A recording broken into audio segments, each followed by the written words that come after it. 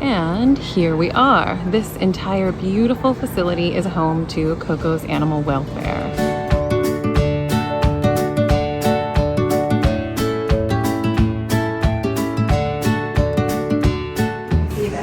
So this is where all the dogs wait for surgery. So all these dogs are getting operated today or they've been operated.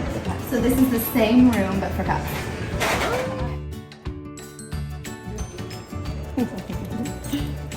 Hi! Oh my Yeah, goodness. they're super cute. Ooh, look at that one. So adorable. And here, this room is for everything, you can imagine. You know, we've had, once we rescued like a bunch of cats and we turned it into a big cat room. Oh my goodness. This is my favorite area. Come in. So this is the catio. Ah, every place needs a catio. Yeah.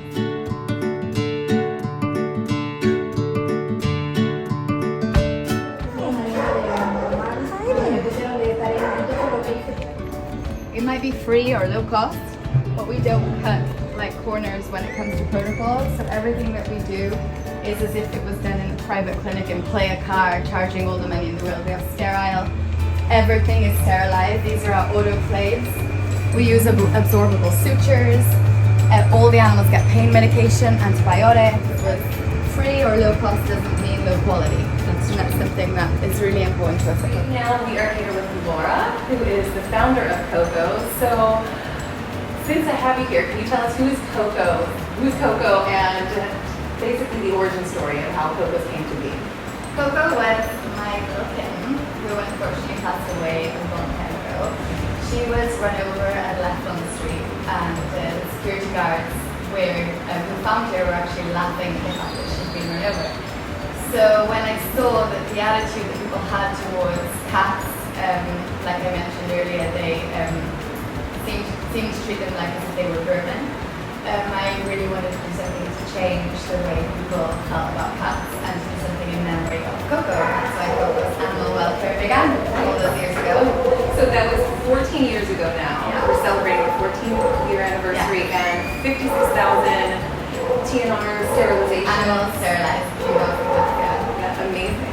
And here in Coco's is quite a large facility. What all happens here? So Coco's has grown a lot over the years. People who came to visit us many years ago would have seen that we were in a very small little house which we turned into a clinic. Unfortunately, Coco's has grown and we're going to help more animals in this new facility. So we have a permanent sterilization clinic which we run Monday to Saturday. Wednesdays we just do consults. So we run it Mondays, Tuesdays, Thursdays, Fridays and Saturdays. We receive 20 patients in the morning. Dogs, cats, TNRs, rescued animals, people who don't have money to pay a private vet for sterilization. They come in at 8 o'clock in the morning and then they go home at 2 in the afternoon already sterilized. Something really important to mention is Coco's is low cost, but it doesn't mean low quality.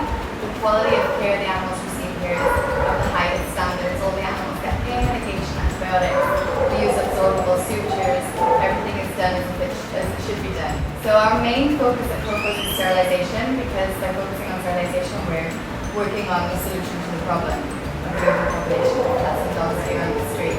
And then separate to that, we have support programs for dogs and cats to come in and get low-cost medical attention. So if you rescue a cat or a dog, or you're from a low-income family, you can come here for low-cost medical care.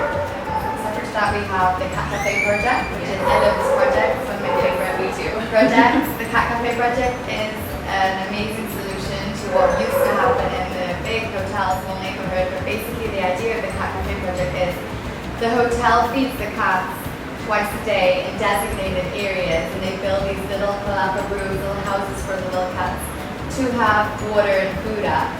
And Coco's comes in and sterilizes all the cats. The cats get sterilized, vaccinated, dewormed, and then they go back and live at the hotel. It's a healthy, stable colony. So, and the hotel are feeding them away from the restaurants. So the guests that don't like cats don't have the cats in the restaurants anymore, and all the guests that love the animals are happy because the hotel is taking good care of the animals. We work with Rio Resorts, and they have the project in many of their hotels here in Playa del Carmen, and they take really good care of the animals, which is fantastic. Yeah, and they get free mousing service. Yeah, cats. exactly. So if you're local business watching. Yeah, the Cat Cafe project is amazing because you have a stable quality of cats. living at the hotel, those same cats are protecting the territory from new cats coming in. So you have a stable, vaccinated colony of cats that are producing, keeping the rodents at bay, and it's a win-win situation. You guys also do a little bit of community outreach, I've seen on your website. Yeah, we visit like the invaded area of Playa del Carmen, which is in the back part of Playa, where we go and bring animals for sterilization or, get them deworming in the community that are hard to reach. Yeah, it's a great program because maybe people living that far wouldn't have the resources to come in and have their animals sterilized, and if they don't, then you're just they're reproducing and have more and more animals. And actually, I was going to ask you, can you tell us a little bit about why that's such an issue to a community as a whole? Of course, if you don't get them sterilized, they're reproducing, but what does that actually do to the community? I feel like a lot of people don't understand why it's so important. It's so important because overpopulation causes so many problems. I mean, you have to give the rabies. There's luckily no rabies, around in the area lately. But obviously the vaccine, the rabies vaccine, is so important. The health for human health as well. All the dogs, the diseases, it's very important. Exactly, and if you've ever been somewhere like Bali where they have had big epidemics of rabies with the dogs there, and they have a few clinics that have come in to help it, it's a true thing that you need to worry about and that they advise travelers about if you go to Bali. Yeah, Mexico has done a really good job on their annual rabies campaign. Mexico has actually done a fantastic job doing the rabies campaigns, but it's getting the animals to reaching them and making sure that people know the importance of sterilization. Can you tell us about any upcoming events that are happening at Coco's? We have an adoption fair here at Coco's on the 27th of May. We have lots of little puppies waiting for their first home as well as very, very cute puppies. And we also have another adoption fair on the 3rd of June in Playa del Carmen. So tell us a little bit about the November event. So every November we have a big sterilization clinic where we sterilize over 1,000 animals in 4 days. We usually do it in a local school because Coco's isn't big enough to do such a big clinic. We have vets and volunteers come from all over Mexico to help us.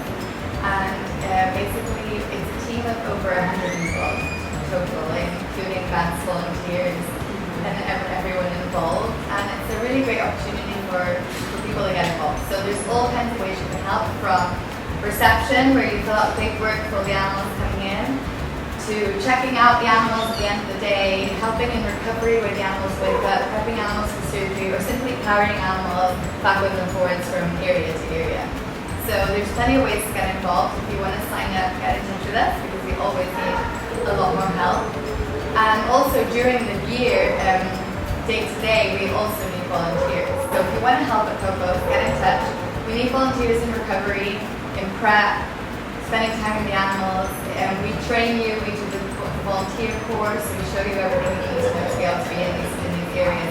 But it's definitely a way to get more involved. And whatever you're interested in helping in, there's always a way to help. Something for everyone, and it's not too soon to get in touch about the November event. Exactly. Yeah, we already have all the vets signed up already. So we're actually starting in 6 months planning before the clinic.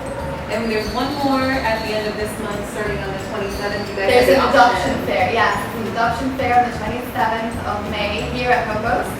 And then we have another adoption fair on the 3rd of June in Playa del Carmen. Yeah, and I've already told a few people about your online auction that's happening. Yes, our online auction will be up and running at the end of May. And it finishes on the 4th of June. So check out the website, check out the Instagram for all of that information. I understand on Saturdays there is a kitten cuddling event. Yeah, so Saturdays from 12 to 2, if you want to spend some time with our kittens and our cats, you can come on over to Coco's and spend time socializing and playing with our cats and kittens. Sounds good. You will probably see me there. Yeah. All right. Well, I think that's everything that we need for today. So thank you. Yeah, thank you for thank taking you. the time to Nice to talk to meet me. It's good to meet you too. Yeah. So come on down to Coco's. If you see any street cats, take them on down to Coco's.